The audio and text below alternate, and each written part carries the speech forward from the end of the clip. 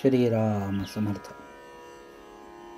गुरु आज्ञा पालनाशिवाय दुसरे कर्तव्यच उरले नाही. परमात्म्याकडे जाण्याचे अनेक मार्ग आहेत. आपल्या गुरूंनी जो राजमार्ग दाखविला त्यानेच जावे. मध्येच दुसरा मार्ग घेतला तर पल्ला कधीच गाठायचा नाही. एका वैद्याचे औषध सोडून दुसऱ्याचे घेतले तर पहिल्या वैद्याची जबाबदारी संपली. तरीही मी माझ्या माणसाला सोडित नाही, ही गोष्ट निराळी. ज्या दिवशी मी तुम्हाला अनुग्रह देऊन आपला म्हटले त्या दिवशीच सर्व प्रापंचिक आणि पारमार्थिक जबाबदारी गुरुवर सोपवून तुम्ही मोकळे झाला. आज्ञा पालनाशिवाय तुम्हाला दुसरे कर्तव्यच उरले नाही. पण तुम्हाला असे वाटते कुठे?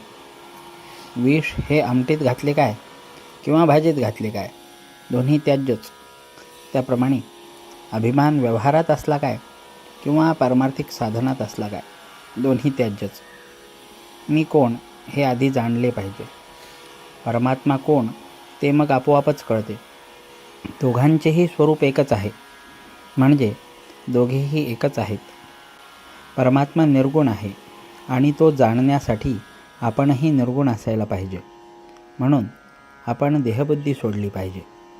कोणतीही गोष्ट आपण जाणतो म्हणजे आपल्याला त्या वस्तूशी तदाकार व्हावे लागते. त्याखेरीज जाणणेच होत नाही. म्हणून परमात्म्याला जाणण्यासाठी आपणही नको का परमात्मा स्वरूप व्हायला? यालाच साधू होऊन साधूस ओळखणे किंवा शिवो भूत्वा शिवम यजेत असे म्हणतात.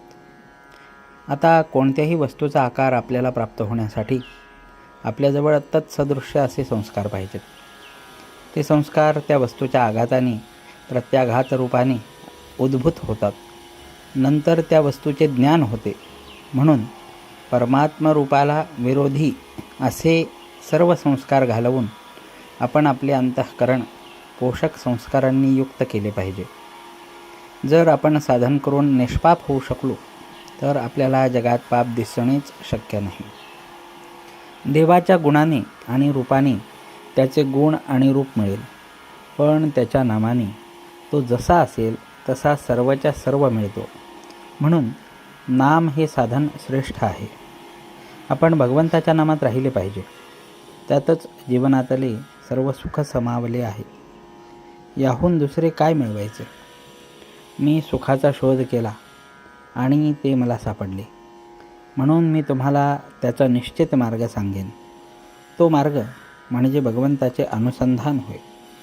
मी अत्यंत समाधानी आहे, तसे तुम्ही समाधानी राहा. जे मी सुरुवातीला सांगितले तेच मी शेवटी सांगतो. तुम्ही कसेही असा, पण भगवंताच्या नामाला सोडू नका. अंतकाळी अगदी शेवटी सुटणारी वस्तू म्हणजे भगवंताचे नाम पाहिजे. नामात शेवटचा श्वास गेला पाहिजे. याहून दुसरे काय मिळवायचे? आपल्याकडून होईल तेवढे नाम घ्यावे. न होईल त्याचा राम कैवारी आहे. जानकी जीवन स्मरण जय जय राम.